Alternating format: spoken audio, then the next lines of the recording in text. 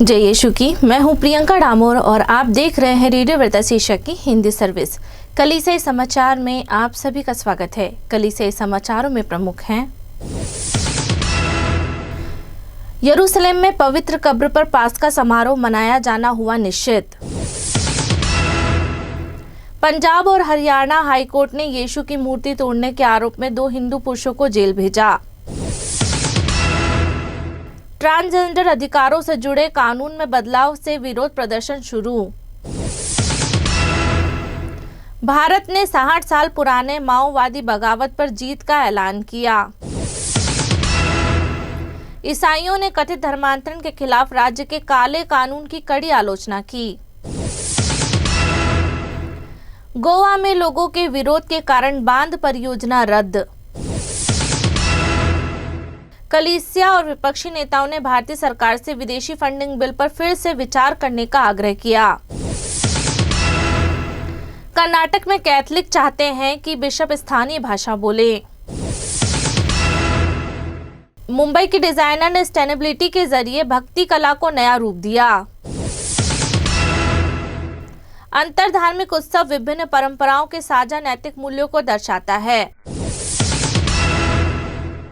अब जानते हैं समाचार विस्तार से।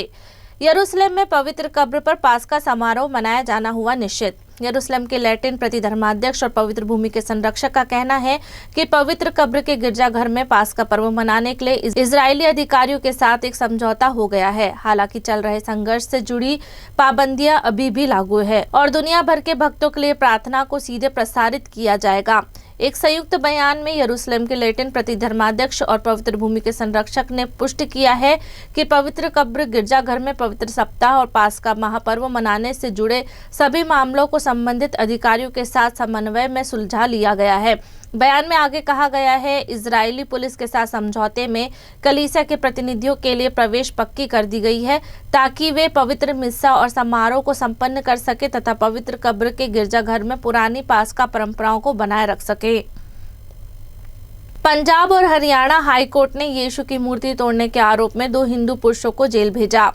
पंजाब और हरियाणा हाईकोर्ट ने अंबाला में ब्रिटिश युग के एक कैथलिक चर्च में यीशु ख्रिस्त की 1 सदी पुरानी मूर्ति को तोड़ने के आरोप में 2 हिंदू पुरुषों को 2 साल की जेल की सजा सुनाई है। अंबाला कैंटनमेंट में रहने वाले संदीप कुमार और रविंद्र सिंह को judicial magistrate first class Akshay Arora ने घर में घुसने, पूजा स्थल को अपवित्र करने और दुश्मनी फैलाने का दोषी ठहराया है। कोर्ट ने दोनों की नरमी की अपील को खारिज कर दिया, जिसमें उन्होंने दावा किया था कि वे अपने परिवार के अकेले कमाने वाले हैं। आदेश में कहा गया, इस कोर्ट की राय है कि दोषियों द्वारा किए गए अपराध को देखते हुए उनके प्रति कोई नरमी नहीं दिखाई जानी चाहिए, क्योंकि उनके द्वारा किया गया अपराध काफी गंभीर है और दोषियों ने अपने साझा इरादे को आगे बढ़ाते हुए ईसाई धर्म के प्रति नफरत फैलाई है। 2 सिद्धि का फैसला 7 मार्च को सुनाया गया था, लेकिन विस्तृत आदेश 27 मार्च को उपलब्ध कराया गया। कोर्ट ने इस बात पर हैरानी जताई कि तोड़फोड़ करने वालों में से एक सरकारी अधिकारी था और उन्होंने कहा कि दुश्मनी फैलाने और धार्मिक भावनाओं को ठेस पहुंचाने का ऐसा काम ऐसे अधिकारियों से अपेक्षित नहीं है। ट्रांसजेंडर अधिकारों से जुड़े कानून में बदलाव से विरोध प्रदर्शन शुरू। देश में ट्रांसजेंडर अधिकारों के लिए काम करने वाले कार्यकर्ताओं ने सरकार के एक अहम सुरक्षा कानून में किए गए संशोधन पर नाराजगी जाहिर की है। इस संशोधन में यह फिर से तय किया गया है कि कानूनी अधिकारों और फायदों के लिए किसे ट्रांसजेंडर माना जाएगा। LGBTQ समुदाय और अधिकारों के लिए काम करने वाले समूहों के सदस्यों का कहना है कि कानून में किए गए ये बदलाव लोगों को शामिल करने के बजाय बाहर करते हैं और ये ट्रांसजेंडर अधिकारों का अपमान है। केंद्र सरकार ने पिछले हफ्ते ट्रांसजेंडर व्यक्ति संशोधन विधेयक पारित किया। राष्ट्रपति की मंजूरी मिलने के बाद यह विधेयक कानून बन जाएगा। सरकार का दावा है कि संशोधित कानून भारत के लगभग 20 लाख ट्रांसजेंडर लोगों के लिए कल्याणकारी फायदों को ज्यादा सुलभ बनाएगा और शोषण तथा तस्करी के खिलाफ मौजूदा कानून को भी मजबूत करेगा। 29 मार्च को नई दिल्ली में भारतीय संसद के पास जंतर मंतर पर सैकड़ों लोगों ने विरोध प्रदर्शन किया और सरकार से इसे संशोधित कानून को वापस लेने की मांग की। भारत ने 60 साल पुरानी माओवादी बगावत पर जीत का ऐलान किया। भारत ने 30 मार्च को देश को माओवादी बगावत से आजाद घोषित कर दिया। इसके साथ ही दशकों से चली आ रही इस बगावत को खत्म करने की अपनी पुरानी समय सीमा को भी पूरा कर लिया। गृह मंत्री अमित शाह ने संसद को बताया कि भारत अब उन बागियों से आज़ाद हो गया है जिन्हें नक्सल के नाम से जाना जाता है। शाह ने संसद में कहा, मैं यह बात खुले तौर पर कह सकता हूं कि हम अब नक्सल मुक्त हो गए हैं। इसे कहने में मुझे कोई हिचकिचाहट नहीं है। उन्होंने आगे कहा, जब यह पूरा ऑपरेशन खत्म हो जाएगा तो मैं देश को भी इसकी जानकारी दूंगा। पिछले 2 सालों में भारत में नक्सली बगावत के बचे कुचे तत्वों के खिलाफ अपने अभियान को और तेज कर दिया है। इस बगावत का नाम हिमालय की तलहटी में बसे उस गांव के नाम पर पड़ा था जहां करीब 6 दशकों पहले माओवाद से प्रेरित यह बगावत शुरू हुई थी। 2000 के दशक के मध्य में जब यह बगावत अपने चरम पर थी, तब करीब 15,000 से 20,000 लड़ाकों के दम पर इसने देश में लगभग 1/3 हिस्से पर अपना कब्जा जमा लिया था। हालांकि हाल के सालों में यह बगावत काफी कमजोर पड़ गई थी। ईसाइयों ने कथित धर्मांतरण के खिलाफ राज्य के काले कानून की कड़ी आलोचना की। 28 मार्च को छत्तीसगढ़ में हजारों ईसाई सड़कों पर उतर आए और राज्य के हाल ही में पारित ज्यादा सख्त धर्मांतरण विरोधी कानून का जोरदार विरोध किया। 19 मार्च को राज्य की विधानसभा द्वारा पारित छत्तीसगढ़ धर्म की स्वतंत्रता विधेयक 2026 के प्रदर्शनकारियों ने काले कानून के रूप में व्यापक निंदा की। यह विधेयक जो जबरदस्ती, धोखाधड़ी, प्रलोभन या गलत बयानी के जरिए धर्मांतरण करने पर आजीवन कारावास सहित कड़ी सजा का प्रावधान करता है।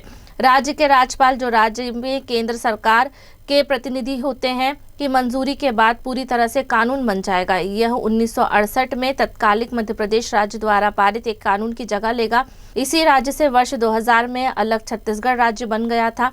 छत्तीसगढ़ के 33 जिलों में हुए इन विरोध प्रदर्शनों में विभिन्न संप्रदायों का प्रतिनिधित्व करने वाले ईसाई समूहों ने भी हिस्सा लिया। अंबिकापुर धर्म प्रांत के कैथलिक बिशप एंटोनीस बारा ने कहा कि यह पहली बार है जब विभिन्न संप्रदायों के ईसाई संयुक्त मसीह समाज के बैनर तले किसी एक साझा उद्देश्य के लिए एकजुट हुए हैं।